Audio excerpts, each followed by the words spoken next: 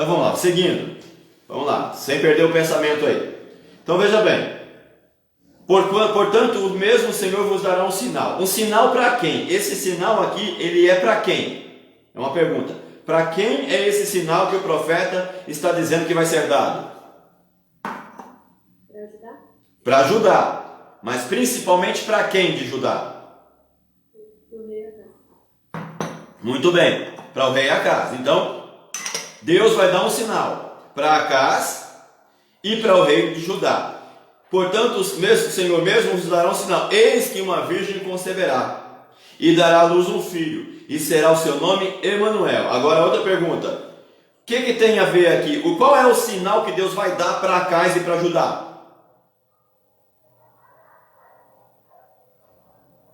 Qual é o sinal que Deus vai dar para Acás e para Judá? Um filho? Um filho? O que está escrito no versículo 14? Qual é o sinal? Versículo 14. A virgem vai conceber. A virgem vai conceber. Ué, mas quem é essa virgem? E quem é esse filho que ela vai conceber que vai ser chamado de Emanuel?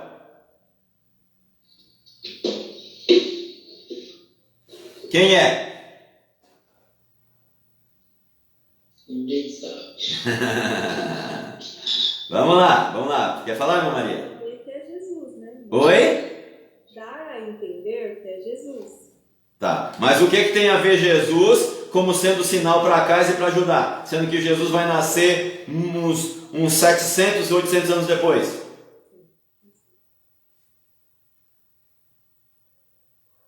E aí? Vai, Tiago, ajuda a gente aí, Tiago. Será terrível, hein, pastor? Então, pastor, contextualmente aí, essa virgem é a profetisa que vai aparecer no capítulo 8, certo? Certo. E esta criança será justamente o filho que o profeta Isaías terá com ela, né? Maré, Shalal, Rasbá. Certo. Isso no entendimento contextual histórico aí do livro de Isaías. Certo. Agora é interessante que mesmo Tiago citou o capítulo 8 já dentro do contexto, que ele vai dizer que Isaías vai ter um filho. E aí Isaías vai ter um filho, vamos ler daqui a pouco, né? Isaías, ele vai ter um filho, e o nome do filho do profeta Isaías será chamado Maher Shalal Rasbaz. Quer dizer, rápido,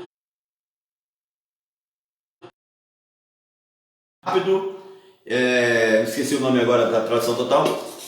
Rápido despojo, festa segura. Isso, rápido despojo, né? Rápido despojo e presa segura, né? Então você vê, agora o que tem a ver Isaías, o filho dele, com essa questão, né? Agora, é interessante vocês notarem que mesmo Tiago, mesmo dentro do contexto aqui, você vai perceber que além do menino chamado, mas seria o filho de Acás junto com a sua esposa, e o filho de Isaías junto com a sua esposa. Onde tem virgem aqui? Dentro desse contexto. Elas eram virgens ainda? Essas duas mulheres, a esposa de Isaías era virgem ainda? A esposa de Acás ainda era virgem? Ou esse termo virgem só tem a ver de fato com a Virgem Maria, que é a mãe de Jesus lá no Novo Testamento?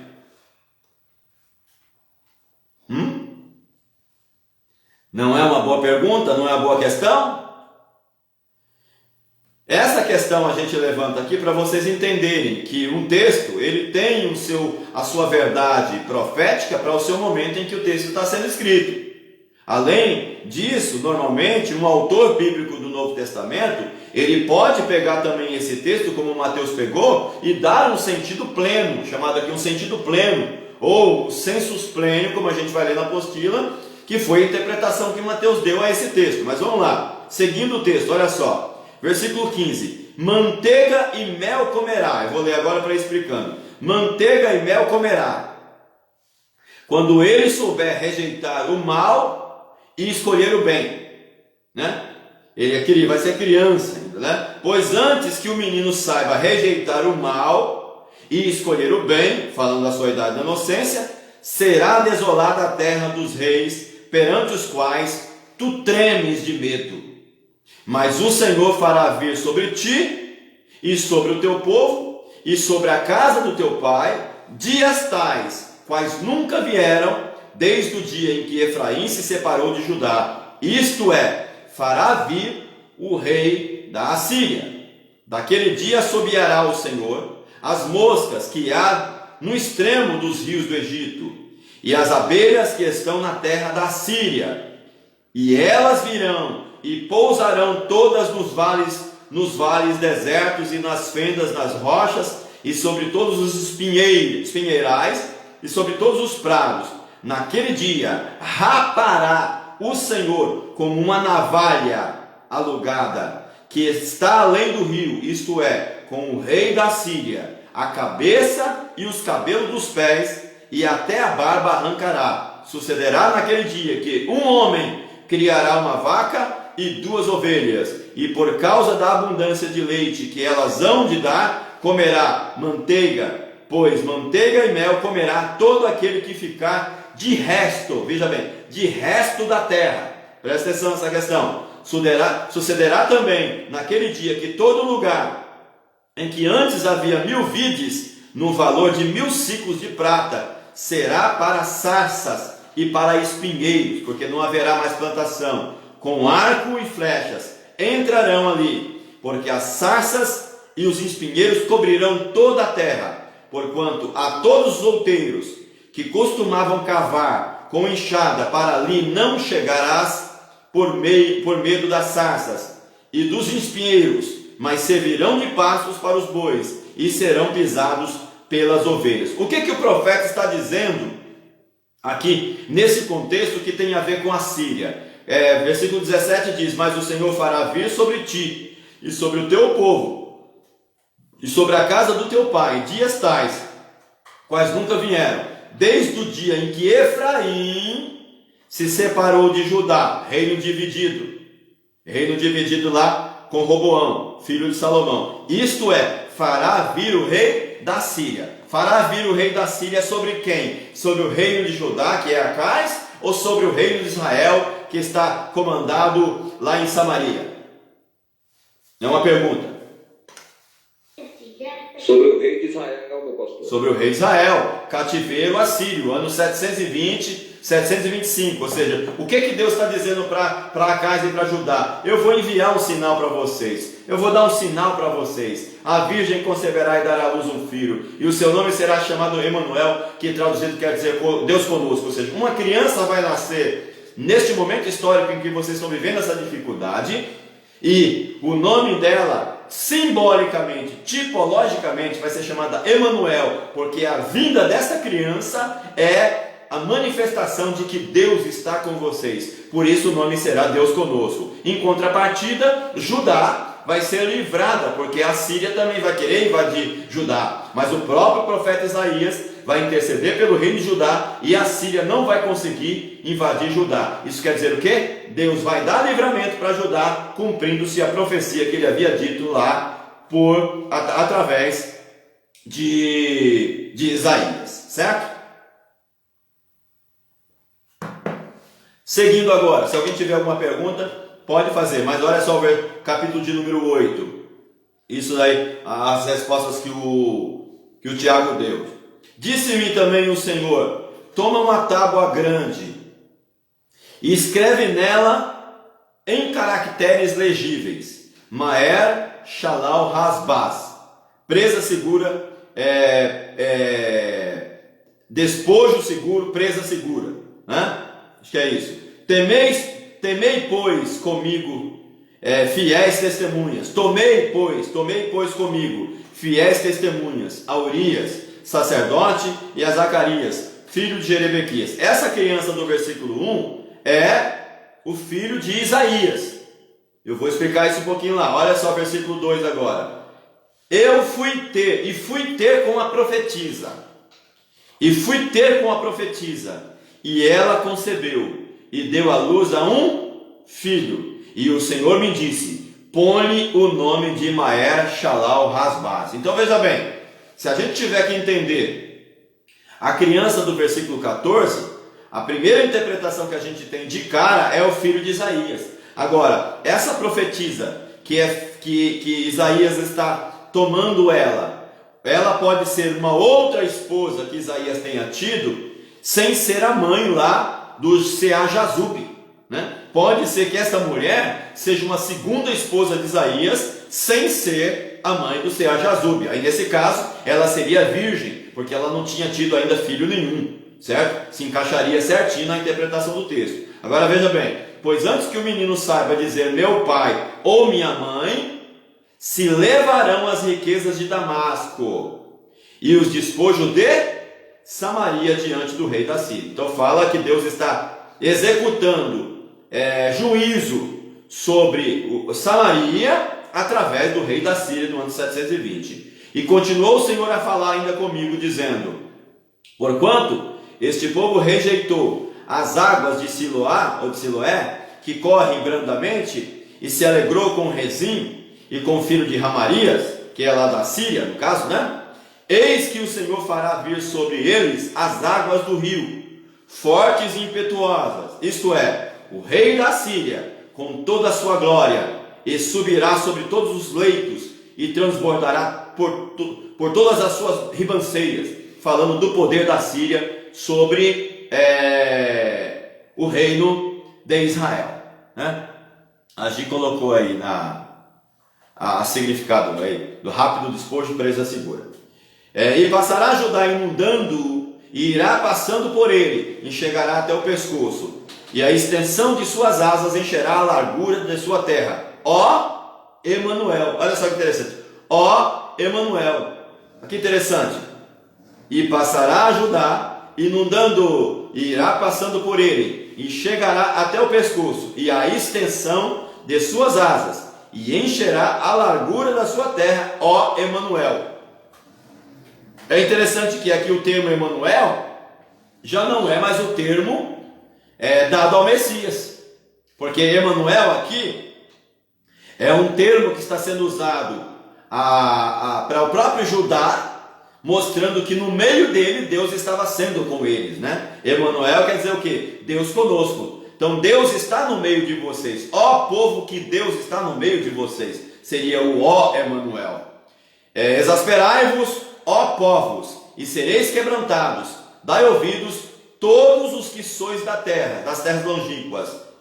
Cingi-vos e sereis feitos em pedaços. Cingi-vos e sereis feitos em pedaços. Tomai juntamente conselho, e ele será frustrado. Dizei uma palavra, e ela não subsistirá, porque Deus é conosco. Emanuel de novo, Deus é conosco. Pois assim o Senhor me falou, com sua forte mão deitada em mim, e me admoestou, a que não andasse pelo caminho desse povo, dizendo: não chameis conspiração a tudo quanto este povo chama conspiração, e não temais aquilo que ele teme, nem por isso vos assombreis. O profeta está confortando Judá e Acaz.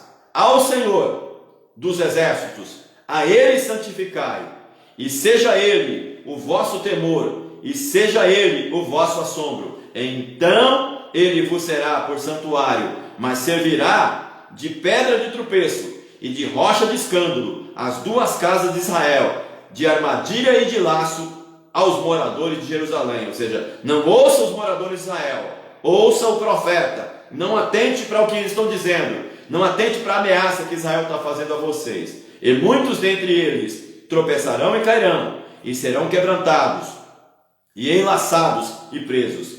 Ata o testemunho, sela a lei entre os meus discípulos. Esperai no Senhor, que esconde o seu rosto da casa de Jacó, e a ele aguardarei. Eis-me aqui com os filhos que me deu o Senhor. São como sinais e portentos em Israel, da parte do Senhor dos Exércitos, que habita no monte Sião. Quando vos disserem: consultai os que têm espíritos familiares e os feiticeiros, que chilreiam e murmuram, respondeu: acaso consultará um povo ao seu Deus? Acaso a favor dos vivos consultará os mortos? Isso fala da condição que Israel já estava no meio da idolatria, no meio da feitiçaria que Jeroboão levou esse povo. A lei e ao testemunho. Se eles não falarem segundo esta palavra, nunca lhes raerá a alva. Ou seja, a Síria virá sobre eles e serão destruídos, mas Judá será livrado. E passarão pela terra duramente oprimidos e famintos, e tendo fome, se agastarão e amaldiçoarão o seu rei, e amaldiçoarão o seu rei e o seu Deus, olhando para o céu em cima e para a terra embaixo. E eis aí angústia e escuridão, tristeza de aflição, e para as trevas serão empurrados. Agora é interessante que, se vocês seguirem aí o texto e vocês pegarem lá o livro histórico que vai falar dos reis, né, vocês vão perceber que nasceu também um filho de Acais. E esse menino também, de certa forma, foi um conforto para Judá, mostrando que Deus estava com eles. Agora, é interessante o que o Tiago colocou, nesse caso, capítulo 7, versículo 14, historicamente, o menino que havia de nascer da virgem se encaixa mais como filho de Isaías, que seria o Maher Shalal Hasbaz, do que o filho de Acaz, que veio nascer um pouco de tempo depois. Aí eu pergunto para os irmãos, onde está Jesus nesse capítulo 7 e no capítulo 8 de Isaías?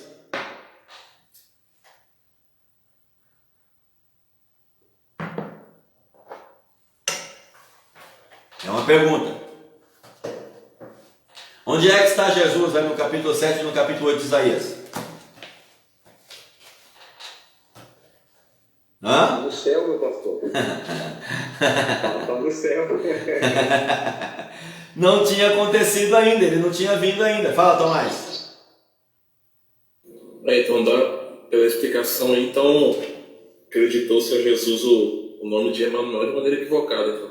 Sim, aí entra no caso, Tomás. Aí vamos lá, vamos para a segunda parte da apostila agora, página 8. É o caso, por exemplo, de Isaías 7,14, que predisse o nascimento de uma criança que serviria como sinal para o rei Acais. Então, nesse contexto, a gente entende que essa criança foi Maher Shalal Hasbaz, que seria o filho de Isaías, certo? Paz, pastor, seja bem-vindo aí. Página de número 8, bem no início dela. Esta profecia cumpriu-se no século 8º a.C., quando o filho de Isaías nasceu. Mateus, porém, pega bem aí certinho, tá bom? Cadê aqui? Deixa eu ver aqui. Mateus, porém, achando um sentido mais completo, ou sentido mais profundo desse versículo, e também ajudado pelas traduções do grego partenós, na Septuaginta, ou virgem, na Septuaginta, como também o nome Emanuel, argumenta que o nascimento de Jesus é o cumprimento daquilo que o profeta havia dito, lá em Mateus 1,23. A virgem conceberá. Leia para mim aí Mateus 1,23, quem puder. Abra aí Mateus 1,23.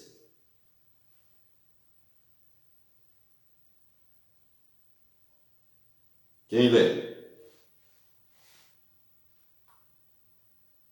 Ninguém quer ler? Eis que a virgem conceberá e dará à luz um filho, e ele será chamado pelo nome de Emanuel, que quer dizer Deus conosco. Então veja bem, ó o 22. Ora, tudo isso aconteceu para que se cumprisse, para que se cumprisse o que fora dito da parte do Senhor pelo profeta. Foi dito da parte do Senhor pelo profeta. O que o profeta diz? Eis que a virgem conceberá e dará à luz um filho, o qual será chamado Emanuel, que traduzido é Deus conosco. Então a gente pode dizer o quê? Mateus, inspirado pelo Espírito Santo de Deus, ele entendeu que por trás do texto de Isaías, além do sentido histórico do que foi dado no 8º século para a necessidade de Acais, com o sinal que Deus deu através de Isaías ali no nascimento do seu filho, além dessa verdade histórica localizada no século 8º, nós temos também um outro sentido chamado de sensus plenior, ou o sentido mais profundo no texto. Mateus entendeu que esse texto também apontava para Jesus. Agora, se Mateus é um escritor bíblico, ele foi inspirado pelo Espírito Santo de Deus para poder dizer isso, quem somos nós para dizer que Mateus está errado? Quem somos nós para julgar Mateus como errado? Aí entra, Tomás, O texto pode ter duas verdades, que seria a verdade histórica no 8º século e também a verdade relacionada ao Messias. Ele traduz, no caso, ele pega, no caso, a virgem que estava no texto, encaixa ela como Maria, e a criança que havia de nascer, ele coloca como Jesus. E agora é interessante, quantas vezes você já leu no Novo Testamento que Jesus Cristo foi chamado de Emanuel? Como um nome de tratamento. Quantas vezes alguém chamou Jesus de Emanuel aqui na terra?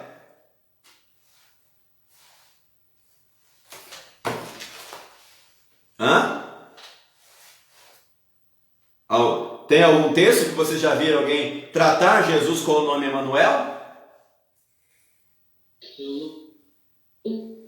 Não, Abel? Então a gente não teve, né? Não houve nenhum fato que de fato Jesus tenha sido chamado de Emanuel aqui, no caso aqui na terra. O Sidão falou aí, nenhum no caso, né? Agora, é interessante que você tem lá no capítulo 1 de São João, você tem uma citação de que Jesus Cristo, ele veio ao mundo, ele se encarnou, né? Ele veio morar em nosso meio, no caso. Então a gente entende que essa citação de João, de que Cristo, mas o Verbo se fez carne e habitou entre nós, né? O Verbo se fez carne e habitou entre nós, e vimos a sua glória, como a glória do unigênito do Pai, cheio de graça e verdade. A gente entende que essa citação de João se encaixa no termo Emanuel, porque Emanuel quer dizer o quê? Deus conosco, é aquele que vem morar em nosso meio. Então a gente entende sim que o termo Emanuel pode se aplicar a Jesus, mas não como nome, mas sim como título, porque ele é Emanuel, Jesus aqui é Deus conosco. Então é nesse sentido que Mateus faz a interpretação de Isaías 7,14. Então, por que eu estou usando esse exemplo para tentar explicar isso para vocês? Para vocês verem que haverá sim textos que vão dar a permissão que a gente possa fazer uma interpretação espiritual, uma interpretação de uma verdade que esteja por trás do texto. Mas não é todo texto que a gente pode fazer isso, como os amilenistas fazem, como os alegoristas fazem quando eles querem justificar as suas interpretações escatológicas. Quando eles não têm explicação do texto, eles pegam ali o texto e interpretam de forma alegórica para tentar justificar a sua interpretação. Seguindo na apostila, página 8. Um estudo meticuloso das profecias nos mostrará que não são poucas as ocorrências desse tipo. Esse fenômeno da interpretação profética recebe o nome de sensus plenior. Sensus plenior, o que significa? Sentido mais completo, além do literal. Além do sentido literal que o profeta tinha em mente, havia um sentido mais profundo no texto que os escritores do Novo Testamento conseguiram enxergar, no qual o Novo Testamento vê um cumprimento básico e mais profundo que Deus queria comunicar. Você tem uma nota aí onde foi tirado isso. É óbvio que somente os escritores do Novo Testamento que foram movidos pelo Espírito Santo, grifa aí, grifa na sua apostila. É óbvio que somente os escritores do Novo Testamento que foram movidos pelo Espírito Santo foi dada a autoridade de tais interpretações do texto literal do Antigo Testamento. Só eles, tá? Outras pessoas não têm essa autoridade, mas os autores do Novo Testamento têm. Eles podem. O que se verifica hoje entre os defensores da interpretação alegórica é um verdadeiro abuso do uso do sensus plenior.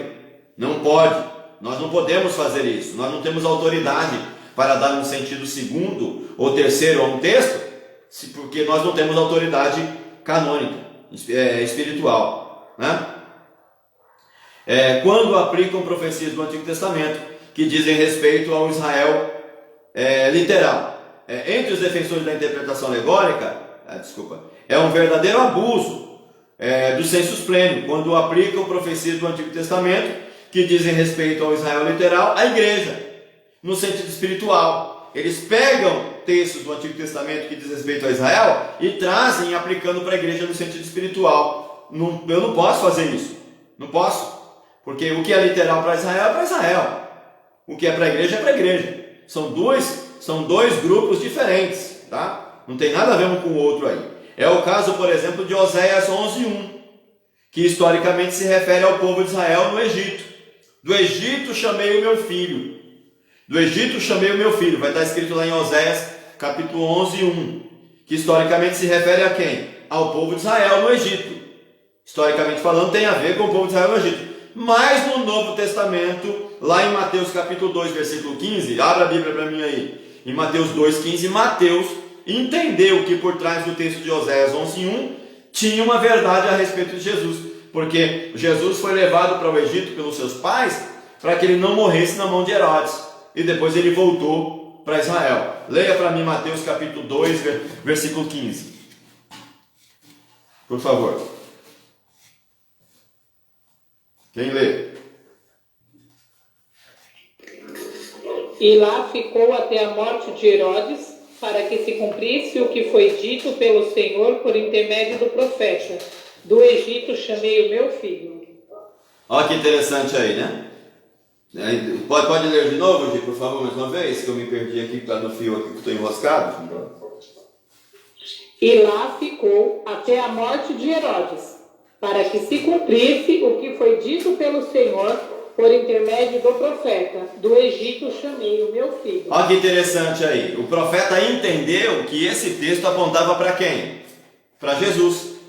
Agora, o profeta pode fazer isso? Lógico que pode. O profeta pode, ele tem autoridade para poder fazer isso. Quem não pode fazer isso somos nós. Eu não tenho autoridade, você não tem autoridade para poder fazer isso, certo? Então, quando o profeta faz isso, ele faz inspirado pelo Espírito Santo. Então ele entende, ele conseguiu enxergar no sentido mais profundo do texto, então ele pode fazer. Aí sim cabe uma interpretação espiritual, mas fazer o que os amilenistas fazem, ou os escatologistas, que tudo no Antigo Testamento é alegórico para eles, isso é errado, certo? Um outro exemplo de sensus pleno é encontrado em Mateus 4:5, referente à vinda de Elias.